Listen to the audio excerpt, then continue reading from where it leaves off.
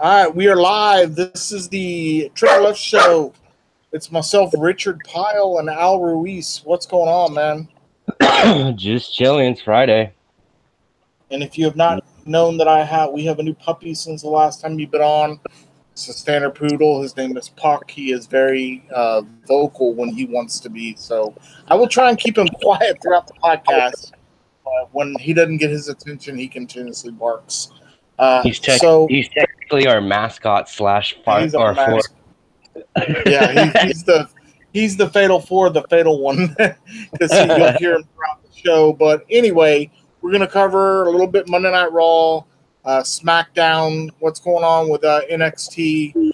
Impact last night was great as always, which is kind of sad considering they're the better show out of what the WWE's been doing. And then we're gonna cover whatever's left going on in New Japan and whatnot and Ring of Honor, because I'm finally caught up on all the Ring of Honor. I think I'm fully caught up on that. So let's start off with Raw. I don't know what to say about the show anymore. It's like, it's one thing to not have Brock Lesnar on, but then you get the report coming out that's saying he may not even wrestle at SummerSlam. Like, Vince doesn't know what they're gonna do with him. It's just getting to the point like, who gives a shit anymore? You know what I'm saying?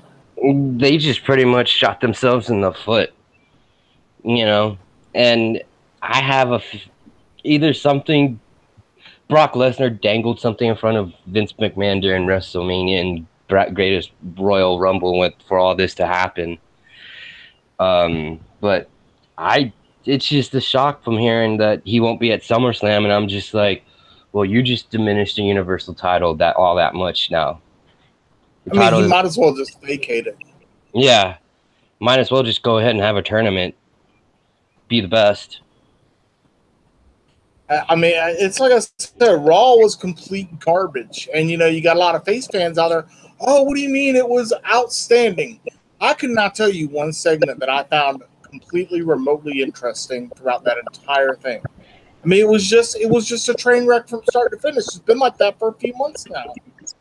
Yeah, they said that the first part was yes, the women's match was good. It was entertaining and everything, and so was the main event. But other than that, man, that's like the two end pieces of the bread. Anything in between sucked. So it's just like became a shitty sandwich. I know, it was a shitty go-home show. That's what it was. Okay. As you can hear our mascot barking again because I quit petting him.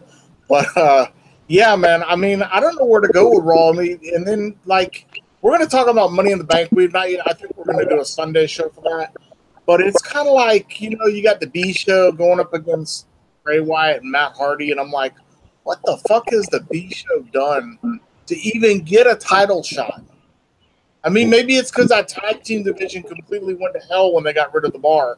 And once they moved the bar to SmackDown, it was like, oh, well, we're just going to throw the titles on Matt Hardy and Bray Wyatt and call it a day for a while until we can build this tag team division back up. Yeah, and it's just and Ziggler and McIntyre was just like proved, why the tag team division is shit on Raw, and it's the same thing on SmackDown now. They're just not pushing them. That's what it seems, because the SmackDown one's going to be on the pre-show for Money in the Bank, and it's just getting ridiculous. Like 2 years, like a year and a half ago, they were pushing tag team, and now it's just like off the tag team. No, Yeah, and it's just, I don't know why they decided, and it's like we told Scott. So why are you even trying to build up McIntyre and Ziggler? They don't need to be built up. They're already like the best tag team on Raw, and yet you hand them the shovel this early on. Like, why? Please, someone explain to me. And then I was talking to a friend of mine and said, the only problem with Raw is Vince doesn't care. Vince doesn't care because there's not a major promotion out there that is going to go on Monday nights with a multi-year television deal that is going to go head-to-head with him. That's why he's like, fuck it, I don't care. I do what I want to do. He's like, I don't care what fans think. But you just seen them here in the last few days, them cross-promoting other people. And you're just like, what are you doing? You're causing confusion. This should not be difficult. This should be really, really simple. Yeah, and then it was the whole Ring of Honor thing. Like, they're pissed off that Ring of Honor is going to be at Madison Square Garden, and they've been in business with the WWE since they've been around. And Vince is like, "Oh, hell no, screw that!" Now they're trying to block that deal. I don't know if you read up on that. Like, Vince is mad that they're getting that Ring of Honor deal, but they haven't done a television broadcast there since 2012. But there was a house show done back in March, but it's not the same. They want viewers, they want the publicity, and they're not getting it with Vince. So man, now Vince all of a sudden is going to get mad about it. I mean, he's doing it to himself. Well, the shows, the stuff that they wrestled at the Manhattan Center where the old Raw was at, right? They get on they leave fans out in the street because there's a certain capacity for it, and then you got the Hammerstein Ballroom that's in New York City, and that's always classic for the ECW shows that they do in New York, right? And that's a small venue in itself, and they still got to leave ROH fans out out in the street. So this is just for them to bring fans in that they have left out in all their New York shows, and and I'm happy for them. They should, because WWE is not doing the Madison Square Garden; they're doing the Bear Clay Centers. Yeah, for SummerSlam. SummerSlam should be done at Madison Square Garden, not the Barclays Center. Barclays Center has been the height of SummerSlam for a few years now, and it's just becoming ridiculous. You have your home base promotion at Madison Square Garden, and then here you have this dude who's a Russian billionaire. I'm not connecting the dots or anything about the behind the scenes and all that. I'm just saying the dude builds a stadium and Vince McMahon's on it like an expensive escort, And yet, where's all the sentimental value and the history is at Madison Square Garden with the Knicks?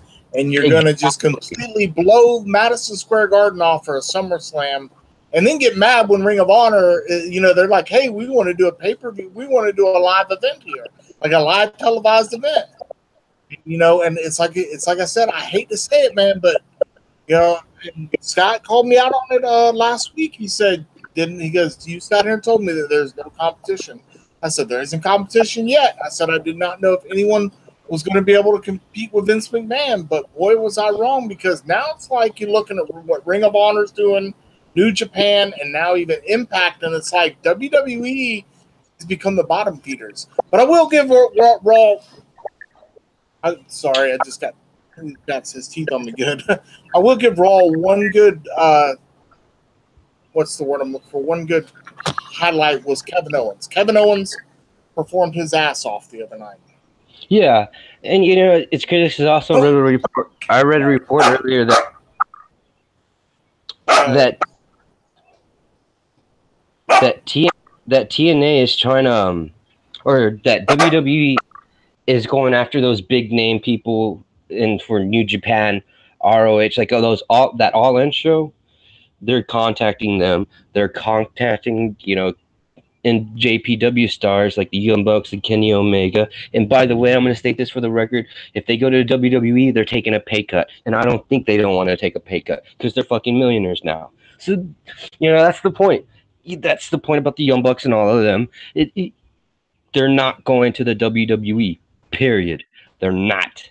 They're making Roman Reigns, Brock Lesnar money, Seth Rollins money, and you're thinking they're going to be lost in the shuffle.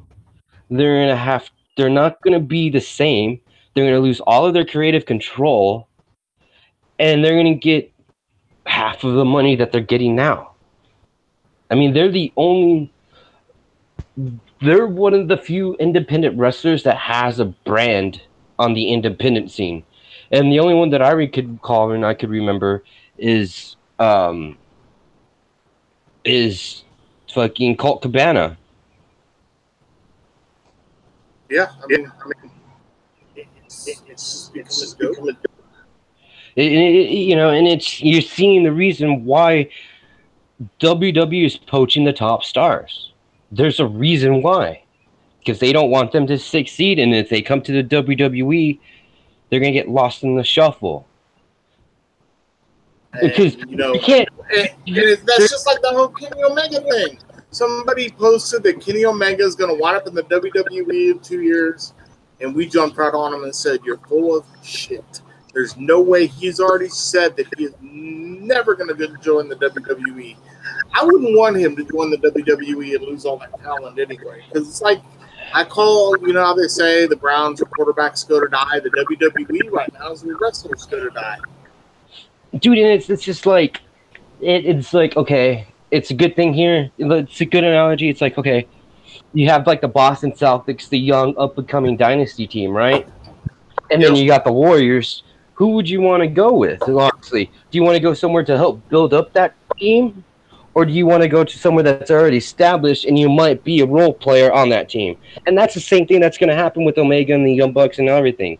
And it just proves to why WWE's pushing top talent is the product sucks, and they think that people are going to make it better when you know deep down they know the writers are going to fuck it all up. And it's just ridiculous. It's just ridiculous, dude. And I think they're going to, the way you're looking at it, Okada, Omega, like the top 4 wrestlers in there, you know, they're going to be getting, whenever New Japan starts doing long-term contracts, those guys are going to be getting those long-term contracts. And then you have the second-tier guys getting those 2 to 3 year deals. And then they're going to go down to those low-tier guys where they're going to be renewing them every year. You know? And they're not going to book Okada. WWE's not going to book somebody to go on a 720-day reign for a title. You don't see that now, and that's what New Japan did. And that's what they continue to do. I mean, like you said, Okada he's not going anywhere. He's like he's like what you would call the Roman Reigns of the WWE, their top draw, what they consider their top draw, which he is their top draw. But, you know, and once them big contracts come out, they're going to give Okada whatever he wants to keep him around. They're like, oh, no, we're not going to let you go join WWE. But then you just showed me the link about Triple H said he's open to doing cross promotions with them. Now, I don't know. I don't know if New Japan would want to float in those waters or not. Well, the thing is those cross promotions that he has with already, with like ICW and Progress, is they don't have an actual streaming service, or they show themselves. You actually got to go on their website and buy the thing, and then you can watch it on there. It's not like where WXW has their own on-demand thing where you can watch all of their wrestling stuff, and that's how I watched 16 Karat Gold, which was a spectacular tournament. But excuse me, yeah, man. And I'm going back to saying like how me and Scott said a year ago that WWE is going to be getting competition here soon, and I guess it's a foreshadowing moment to tell like the competition's. We told you the competition's coming. Now the competition's here, and it's just like they're doing what WCW was doing back in the day. You know, when they established themselves as their 82 weeks. And they're using blackout curtains now at Raw. That was hilarious. I'm like, they didn't like legitimately use the lights and darken that top thing. They had a curtain hanging down from the upper deck because nobody wants to come to the shows anymore. And maybe that's what the WWE needs. That's when they know the ticket sales start going to the shitter. They'll start saying, you know, fuck what, you know, we're supposed to be doing. We need to give the fans what they want because they haven't done that in years. Yeah, and in what was it, like a year? Being Elite. Remember that Raw invasion that they did on Being Elite? Mm-hmm. You hear a person, it's like, oh, I didn't pay for my tickets. You know, I got my tickets for free. They handed me my tickets. So that shit has been going on for about a year now. And it's just like, wow. And these stupid fucking face fans are saying they're not going to go under. Yeah, they're not going to go under because of the investors. But once your investors not interested in your product, they're going to take their money out. And it's just, something's just going to happen. And it's either Vince is going to fire the whole entire writing staff, or like you said, Triple H and just take over. I don't know. It just doesn't look good. Doesn't look good here for the next 5 years when they're making just out of those two contracts of over $1 billion. You know, it just doesn't look good. It looks like they're just taking. And you know what the interesting thing is that let's move over to SmackDown because believe it or not, I thought SmackDown Tuesday night had one of the best shows that WWE's done in like the last month. Which that's what we want. I mean, it wasn't great, but it wasn't compared to the shit they put on Monday night. And Twitter blew up on Monday and was like, yo, this product is garbage. So maybe they did a quick rewrite on SmackDown, so we need to fix stuff. You didn't see the same recycled bullshit come out. I mean, you had Shinsuke versus Jeff Hardy. Never before seen Daniel Bryan versus Shelton Benjamin. I mean, it was a solid card straight through start to finish. And, you know, the segments were on point. The Miz doing his whole referee bit.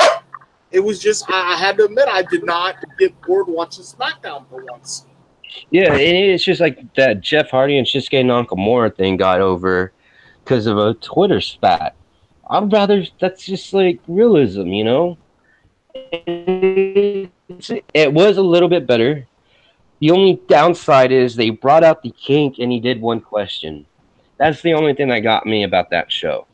They brought out what? Jerry the King Lawler. Oh, yeah. And he only did one question to AJ Styles, and that was it. And I was just like, well, I understand it, but that's just a complete waste of time. You know? The only reason Jerry was out was because they were in his hometown. They're like, yeah, hey, he's in his home. You want to come on and do a quick question for AJ Styles? That had nothing to do. I don't think that had anything to do with AJ Styles. That was more like paying homage to Jerry. And he still probably got paid four figures for it too. Yeah, it's like, you want to come on? Yeah, we'll give you $500,000 if you come out here and do a TV appearance. So, I don't think it was $500,000. I'd say like $4 or $5 grand just to come out and ask a question. I mean, that's good work right there. he is under the Legends contract, so they do sporadic appearances. So who knows? Mm-hmm. But it's like I said, I enjoyed the go, and that's what the Go Home show was a lot better than what it was the other day.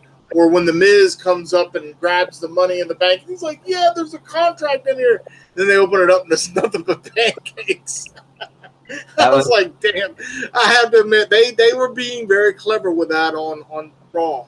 We have not seen that kind of cleverness, and it's the week before with the hand of the pancake batter. That's what you need comedy like that. But you know, and the one thing that I'm really pissed off about SmackDown. What are they doing to the fucking Usos?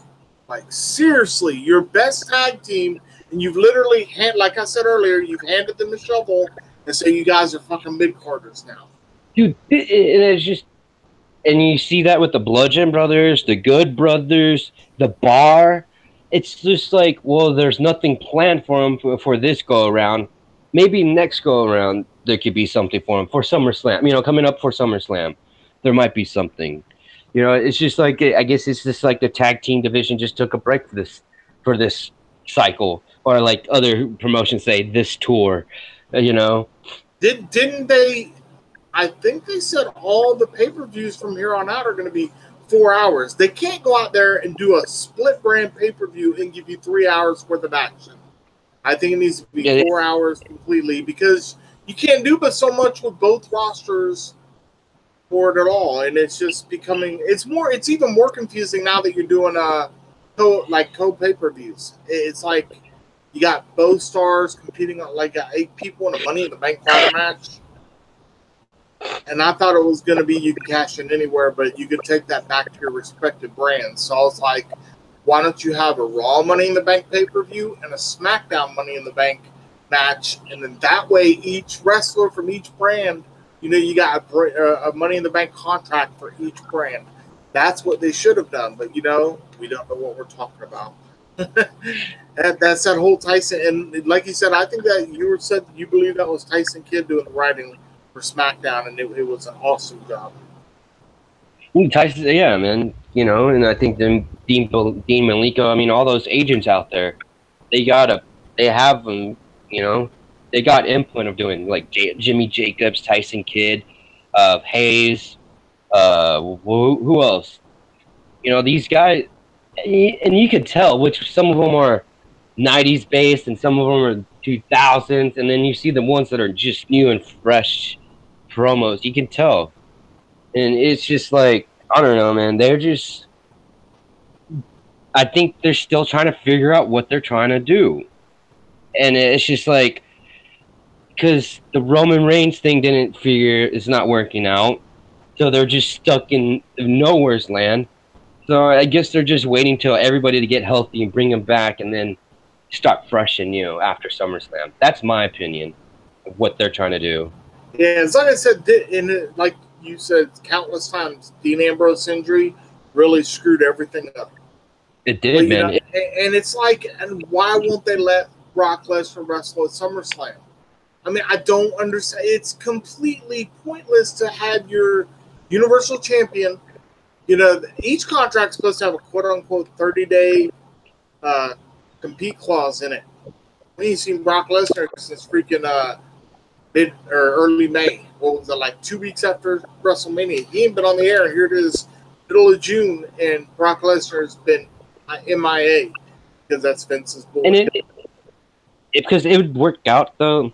It would be one hell of a storyline if he doesn't show up and they go, okay, we're vacating a title and we're having a month-long straight of tournament for the WWE Championship. You know, and they do Block A and Block B, not this fucking putting 16 guys all in. Although 16 guys would work, but if you're doing it blocks and point systems instead of just going, you know, doing the round robin format, then having the two top point getters going after, I think that would be much better. But you know, Vince doesn't listen to us anyways. Yeah, it's just like, and if you had that tournament going, because you could put in, you could have a surprise entrant like AJ, one of those AJ Styles coming over, or Shinsuke, you know, one of those coming over. You could put McIntyre and Ziggler in it. You could put those guys in it, like the New Day, all three of the New Day in it. It's just like Owens and Zayn. You could put a whole lot of people in the tournament, and it would still be nice because it'd be almost like that gauntlet, and it'd just be like one after another. That's my opinion if that happens. But, you know, I just have this thinking that Brock Lesnar is going to show up last minute, and it's going to be a squash match, and he's done. Oh, one more thing before we move over to NXT that was also been going around social media was Natalya's quote-unquote icing of the wrong knee. Dave Meltzer came out. We love Dave Meltzer here, if you don't know. He came out and says that, you know, maybe the WWE did that on purpose, like, because the fans are just mad that the product is as bad as it is, and they made the mistake. I'm gonna, you know, the rumor is that they're gonna work that into the storyline where Natalya admittedly like does the wrong knee and Ronda Rousey calls her out on it. Apparently, there's heel turn coming with Natalya, so they can have a long feud. Which, you know, friendships don't last in the WWE. We've seen it countless times. Maybe that's just what they want. Who knows? It makes it good. Put the belt on Rousey. Let Natalya take it off of her. You know, I don't agree with Ronda Rousey getting a title shot. I'm sure she doesn't either, but there's got to be a reason for her getting this title shot, and I think it's going to set up this Natalya run. But I still think that whole thing with the icing of the wrong knee is going to fall into the storyline where Ronda Rousey's like, oh, you were icing the wrong knee, and da-da-da-da-da-da. So that's what I think they're going to use, and people are like, oh, well, they iced the wrong knee, and I said, we don't know why they did that. Like, I didn't ever really notice because I'm not looking at the knee. If I could, you know what I'm saying? I'm looking at the goods. It's like people nitpicking freaking wrestling now. It's like, damn. Yeah, I'm looking at the goods, man. I'm just looking at the goods, and the knee's not the goods unless you're in the ring, you know? And yeah, it's just like I never really noticed it and didn't really care about it. But it's just like I think the Superstar shakeup is going to be done because it has really fucked up Raw so much, and you're just be like, and it proves in the women's division, you know, you got Nia Jackson, you got all of these great women, and it's just like they're stuck in the middle of the shuffle, and you just can't. And you know, and I'm sorry, dude. People say Nia Jackson's great, but dude, she needs a little. There's like Alexa Bliss, Nia Jax. They were brought up too soon. They should have been up in NXT. Ronda Rousey's got some skills in that ring too. Let's not take it. Let's not discredit anything. Like, she's only been in one match, but from what I saw, she's going to be okay as a WWE diva. There's no doubt in my mind that this woman's been the right decision. But it proves that they want the big name up in front and not just build up the character. Yes. Oh, I agree with that. Yes. It's sad because you could do so much with the character of Ronda Rousey. But the best part about Ronda Rousey is at least she shows up, unlike Brock Lesnar. Yes, yeah. Shot at Brock Lesnar. She may not be competing, but she has been there for most of every night. And for whatever reason, I think she's there. I think she's there learning. Yeah, I think what she's there doing is she's there doing her television appearances, but I still think she's at the Performance Center working. She's in there working with Natalya, and I do believe that they will continue their off-the-screen friendship because Natalya's been teaching her a lot. And that's just what I believe. I don't believe that they're not having her wrestle because she's not good.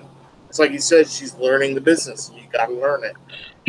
Yeah, and then, I don't know. I don't think that they're going to put the belt on her. I think you're going to see that heel turn. And I think Nia's going to keep the belt. We're going to talk about that Sunday. But it makes for an interesting storyline.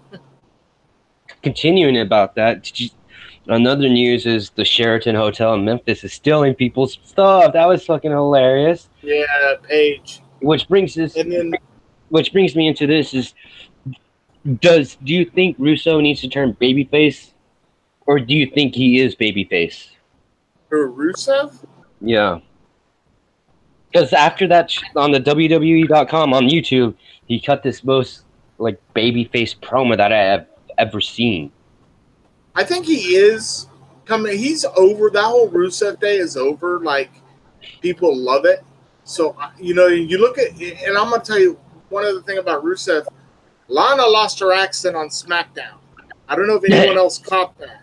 But I like you said, I think they were coming out, they were being themselves, and that's what you wanted. You wanted more authentic, or more realistic to it, yeah. And it's like everybody's like, didn't Lana lose her accent? It's like, she is not from freaking Russia. Yeah, she's freaking American to begin with. The Russian thing has been a gimmick. Maybe the WWE says, screw it, let's just drop the gimmick. And that's probably what happened. And it's just like Aiden English seems like a perfect like Bobby Heyman replacement. Yeah. He's that manager kind of guy to me, which can wrestle, which would help him out, if he does that. I hope they stick together. I don't want them to break up because it'd just be awesome, because it'd just be like, I don't know, man.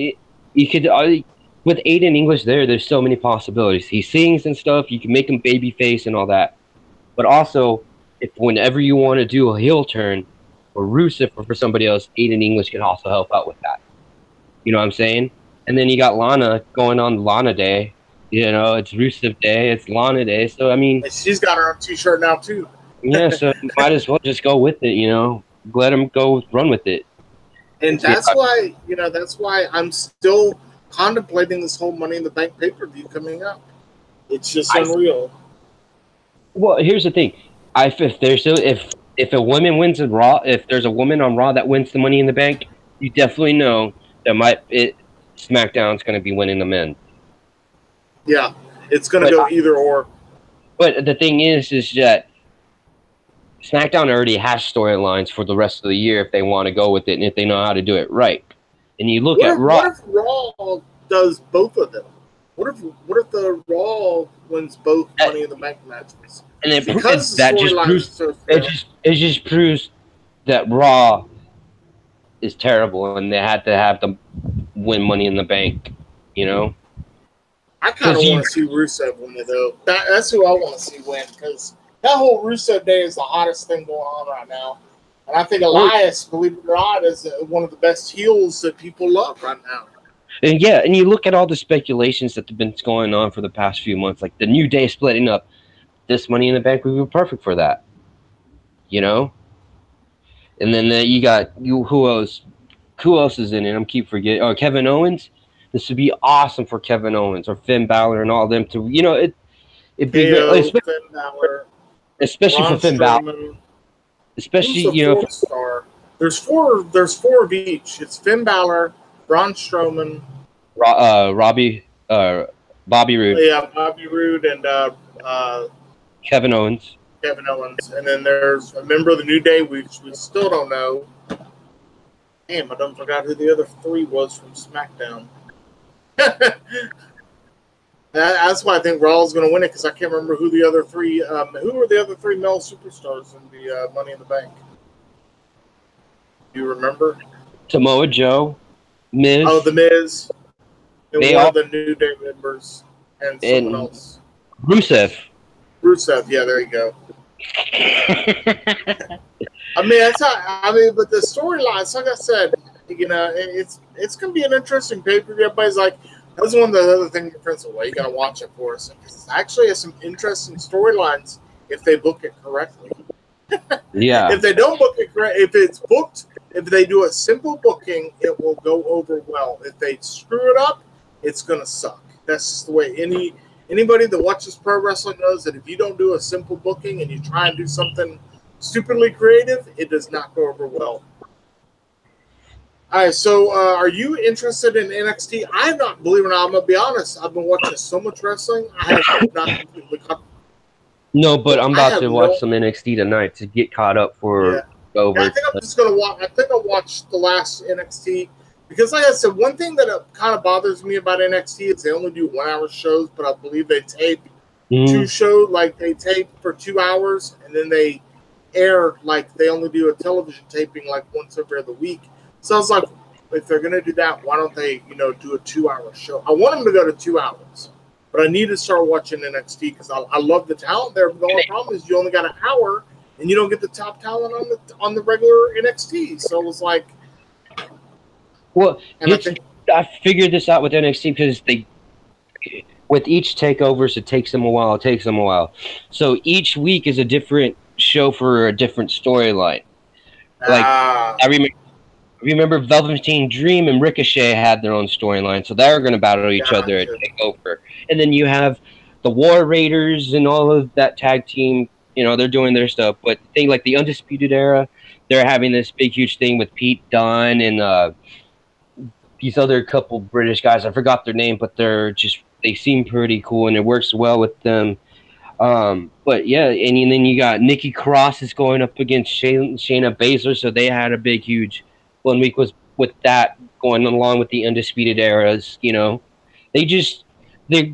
That's so much time, but those weeks they add 2 storylines for each week, and it just keeps progressing because takeovers, it's like 2 to 3 months between takeovers. Yeah. I think they only do 4 takeovers a year, 4 pay-per-views a year. But they're betting the pay-per-view, and they're phenomenal pay-per-views. It's almost like you're watching a New Japan pay-per-view or a Ring of Honor pay-per-view over WWE pay-per-view. It's not like they're having one every month. The only reason why we have pay-per-views every month is from the Monday Night Wars. And with them, you look at New Japan, they have one every 2 months. Or, and if they have, and if not, they have one big, huge show that's all through 3 days. Like Kizuna Road is 2 days. So you got day 1 and day 2. It's just, NXT is pretty good, and I can't wait what I'm going to see, here later. And, I'm catching on to the Undisputed Era with Adam Cole, Bobby Fish, and Roderick Strong, kind of liking that. And Kyle O'Reilly. I'm digging Kyle O'Reilly. I don't know why, because he wasn't like this on the independents. He was more serious, but now in the WWE, he's more comical. He's more of a comedian. He's being funny. And I was like, I don't remember Kyle O'Reilly being this. We got, Lars Sullivan's going to be taking on Aleister Black. Big fan of Aleister Black and his intro, and he's good. There's a lot of good things that are going to be happening on this pay-per-view, and I'm kind of stoked about the Velveteen Dream and Ricochet. Like, I'm pretty much stoked about the whole entire card up and down. It's like I said, I've got to watch it, be caught up on it. But yeah, I love the NXT pay-per-views, and for whatever reason, they're always great pay-per-views. It's like I know all the superstars that come out, but it's like I don't know the storylines. Like, oh, Velveteen Dream, Ricochet. Like, you can name superstars from NXT, and they don't have to. You could do an NXT pay-per-view without all the NXT throughout the week, and it would still be better than what the WWE's putting on. That's just how sick of, how overblown, like they keep cramming these storylines down our throat. Like, dude, they're trying to play us for a fool. Yeah, they're playing us that like we're stupid. Yeah, I think and I think you hit this at a point, or somebody hit this point on the last episode that we had, that I guess they're preaching to the kids and not us anymore. Yeah. And that was Scott. Yeah. So, and I think that's the key, or they're trying to, I don't know, man. It's just, I really don't know what's going on with them. I wish I would. I wish I was a fly on a wall, in the WWE corporate offices. But, So let's move on to some better wrestling right now. Believe it or not, we're going to talk some Impact. Have you watched last night's episode? Yeah, I watched last night's episode. Yeah, that was freaking awesome. The opening with Tommy Dreamer and Tommy Dreamer comes out and gets whacked in the head with a kendo stick. Damn, I enjoyed Impact. I thought it was still, like you said, Don Callis booking. That's your boy. Yeah, but to me is that because I just saw last week's episode too, and to me last week's episode was by far the best, and this one was just not there yet. It's good. It wasn't great. It was good, but they're setting everything up for Slammiversary. And Moose is going to face Austin Aries. We figured out last night, and I was just that was an interesting booking. And then the guy you mentioned about the guy that is attacking people, and they finally revealed that at the end of it, I was just like, who is this guy? And he took out my guy P.D. Williams. He's one of my guys too, the Canadian Destroyer, and he took him out. And Pentagon Jr. and Sami Callihan might start something, which is pretty cool. I'm a big, huge Pentagon guy. I love, that's my luchador. That's my luchador. Yeah, I need to go find that new episode of Lucha Underground anyways, because I heard Tommy Dreamer came out. I'm still on season 1. That's one thing I got to play catch up on. Maybe I'll try and get caught up on that before the summer's over, and that way I'll be 100% caught up. Because, like I said, it's on the El Rey Network, but I'm so far behind on it.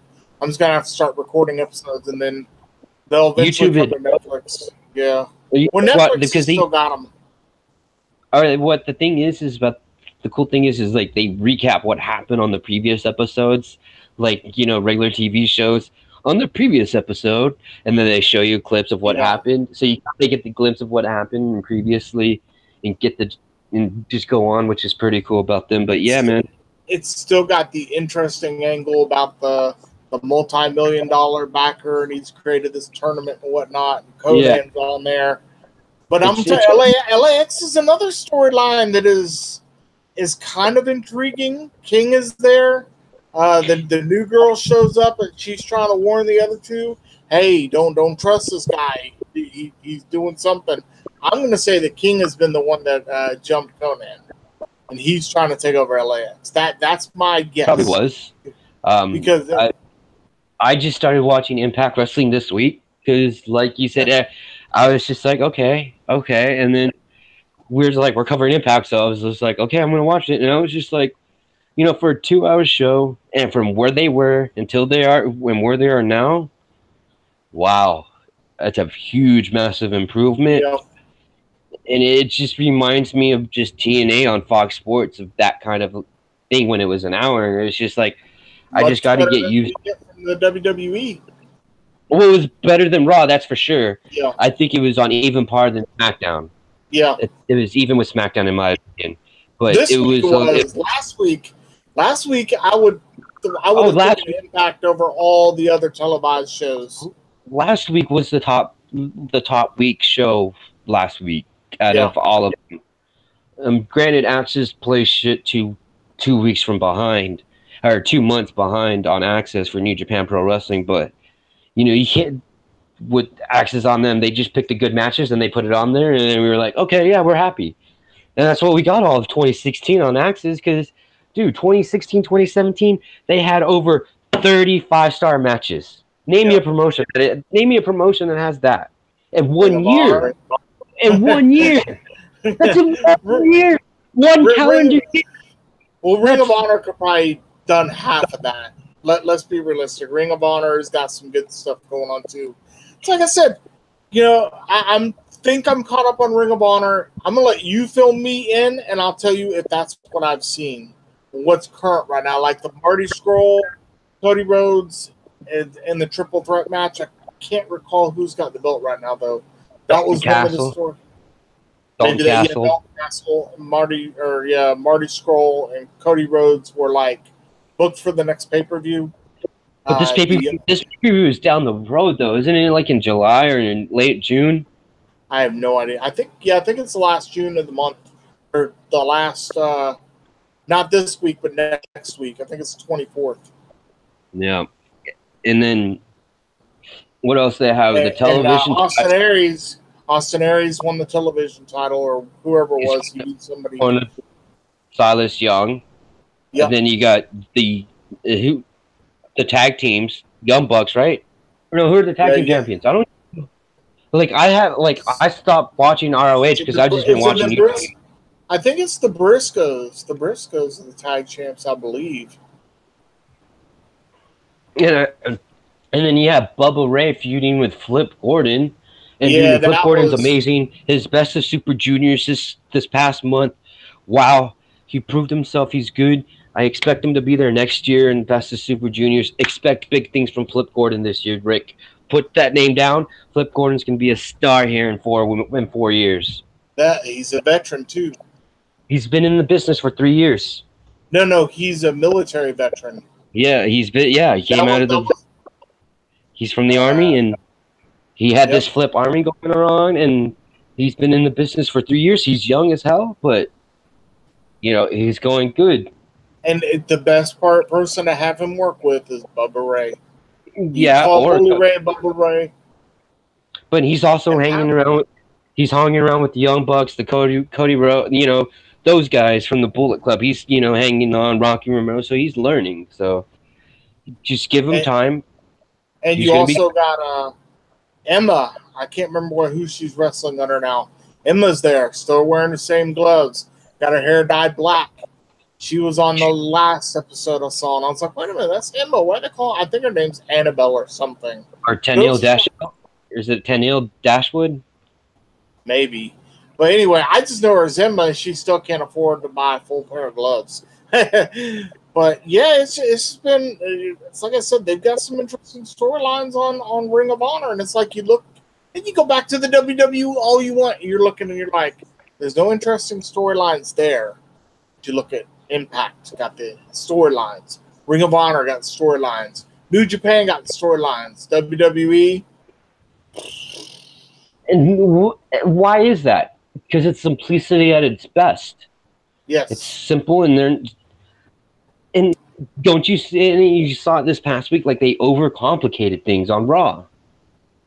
It's like, did we really need to have all those people on the ladders talking about how they're going to win the Money in the Bank? No, we didn't. And we didn't really need a freaking. You didn't need to have the confidence course to have Bobby Lashley run through that thing to have Sami Zayn attack him. This is like stupid, and I love Sami Zayn and Bobby Lashley, and I know you hate Bobby Lashley, but I hate Craftley. But I'm different. I don't necessarily hate the guy. I hated him when he was in TNA or whatever they're calling themselves, whatever they were, GFW Impact or whatever.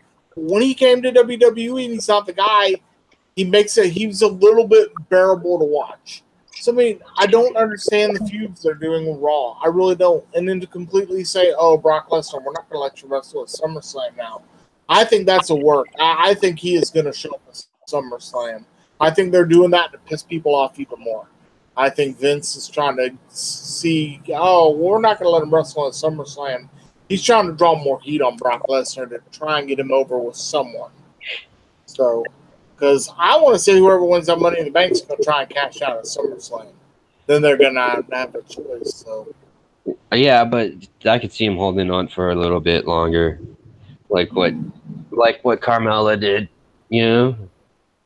It's just, and it's sad, dude. It's really, really sad.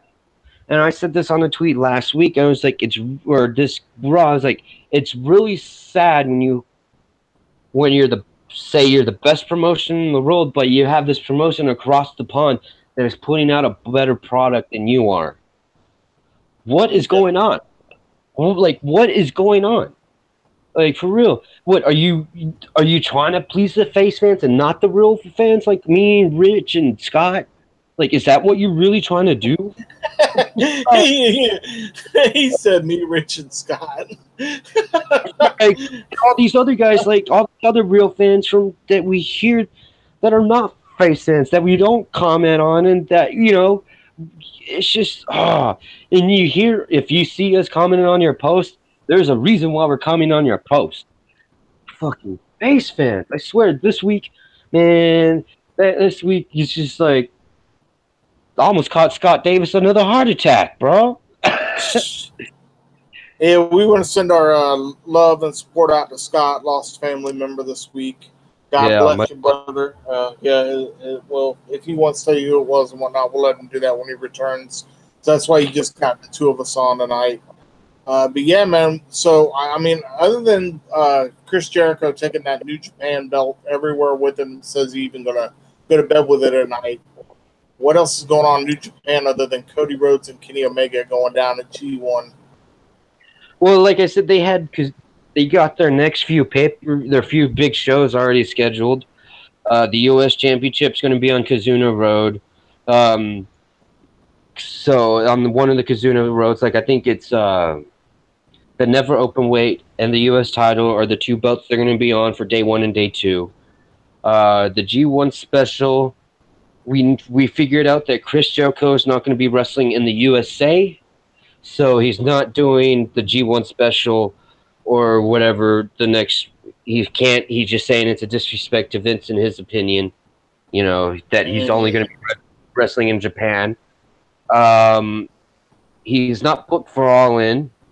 So I mean, the next 3 big pay-per-views that are coming in is you got Kazuna Road, G1 special, and that All In, and then and the G1 Climax is coming after that G1 special. So they're just getting ready for the G1 Climax, because you know how that is. That's really fucking huge.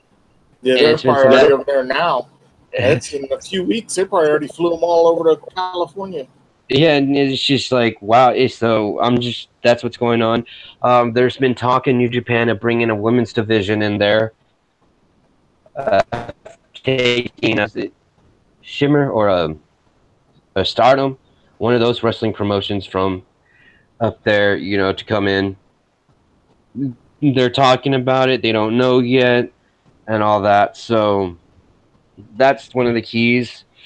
But yeah, I mean, they got Strong Style Evolved is going to be in England or in Great Britain this next week, I believe. So you get to see Zack Sabre Jr. versus Kazuchika Okada. They're doing a bunch of shows there. England's having a big stuff going on these next couple weeks. Like I said, the Strong Style Evolved, and then they got the United Kingdom tournament going on. So, but with New Japan, that's all it, man. They're gearing up, getting ready for G1 Climax, because that's going to take up about a month and a half. So, you got any closing thoughts before we get out of here?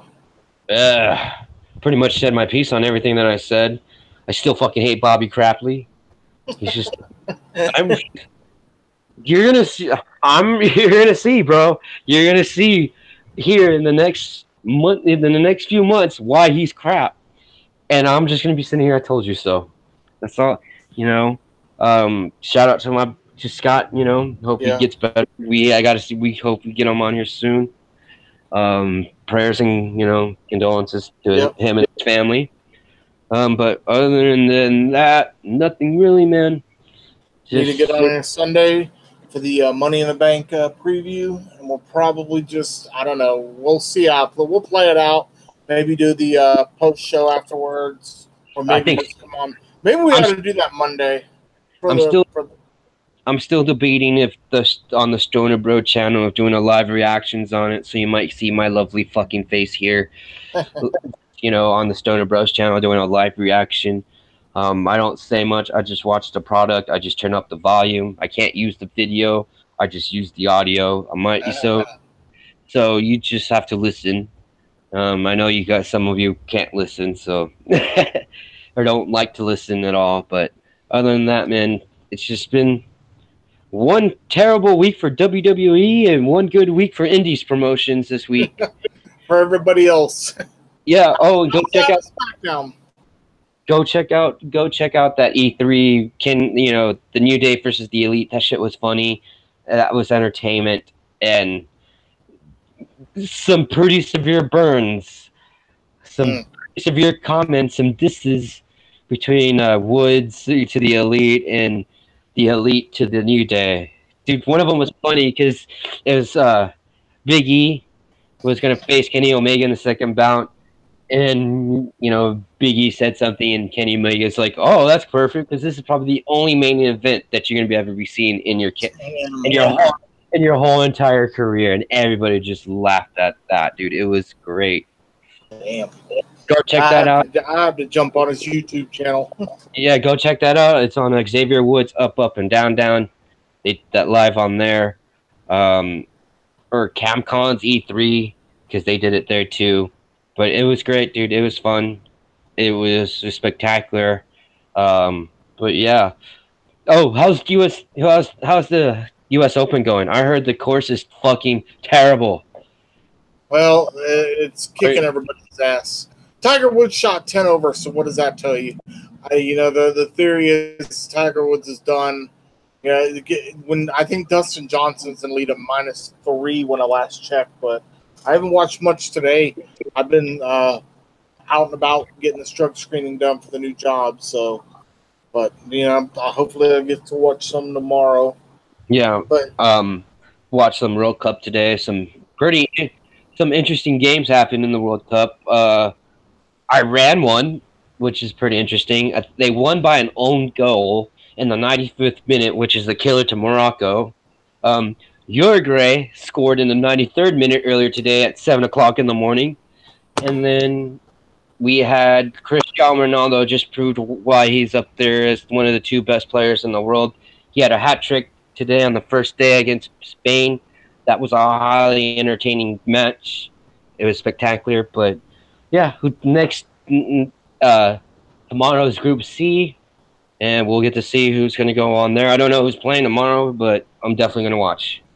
So, but other than that, that's what's been going on in the World Cup. Guys. All right, guys. Everyone enjoy the rest of their weekend. Be safe. We love you guys. We are out of here. Yep. See you on Sunday. Yeah, Sunday.